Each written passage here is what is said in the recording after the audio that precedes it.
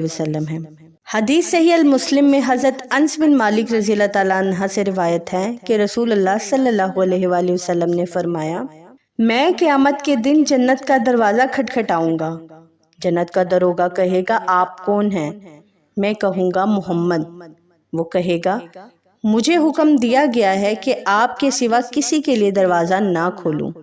حضرت محمد صلی اللہ علیہ وآلہ وسلم کے بعد جنت میں داخل ہونے والے سب سے پہلے فرد حضرت ابوبکر صدیق رضی اللہ تعالیٰ عنہ اور حضرت عمر فاروق رضی اللہ تعالیٰ عنہ ہوں۔ ایک حدیث میں نبی اکرم نے فرمایا، میں اور ابوبکر اور عمر جنت میں داخل ہوں گے۔